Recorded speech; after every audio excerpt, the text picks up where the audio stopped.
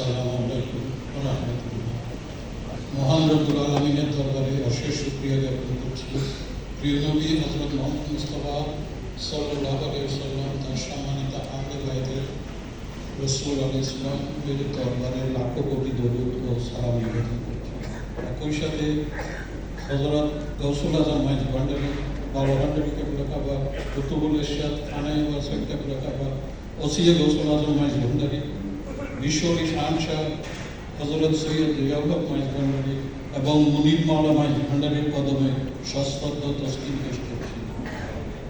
মাইজ ভান্ডারী গাউসিয়া কমিটি কেন্দ্রীয় পরিষদের ব্যবস্থাপনায় আয়োজিত পঞ্চম কেন্দ্রীয় সম্মেলন 2026-এ উপস্থিত সম্মানিত অতিথিবৃন্দ, ওলামায়ে কেরাম, কেন্দ্রীয় শাখা কমিটির দায়িত্বশীল কর্মকর্তা ও সদস্যবৃন্দ, সমন্বয়কারী বৃন্দ এবং আশিকে মাইজ ভান্ডারী, আশিকে হক ভান্ডারী, আপনাদের সকলকে জানাই আন্তরিক শুভেচ্ছা ও মোবারক। সম্মানিত উপস্থিতি, এই সম্মেলন কেবল একটি আনুষ্ঠানিক আয়োজন নয়, বরং এটি আমাদের দায়িত্ববোধ, ঐক্য, আদর্শ ও খ্যাতমতের এক উজ্জ্বল প্রতিফলন। মহান আল্লাহ তাআলার অশেষ রহমত আমরা আজ এই মহতী আয়োজন সম্পন্ন করতে সক্ষম হয়েছি। মাইজ ভান্ডারী তরিকার মূল শিক্ষা আল্লাহর প্রেম, রাসূল সাল্লাল্লাহু আলাইহি ওয়াসাল্লামের অনুসরণ, মানবতা, ভ্রাতৃত্ব এবং আত্মশুদ্ধি।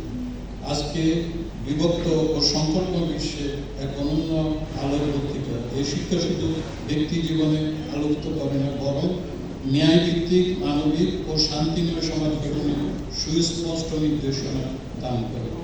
বর্তমান বিশ্ব মানবতার অন্যতম রোল মডেল রাহবারে আল্লাহ সৈয়দ মোহাম্মদ হাসান মাইজ ভান্ডারীর প্রজ্ঞাময় নেতৃত্ব ও দিক নির্দেশনায় মাইজ ভান্ডারী তরিকার শিক্ষা, মানবতা, ভ্রাতৃত্ব, ভালোবাসা ও আত্মশুদ্ধির বাণী দেশে বিদেশে ক্রমেই বিস্তৃত হচ্ছে।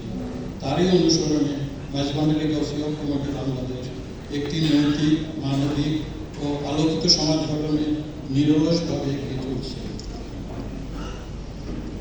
আজকের এই সম্মেলন সেই অগ্রযাত্রাকে আরো সুসংগঠিত, শক্তিশালী ও গতিশীল করার গুরুত্বপূর্ণ মাধ্যম।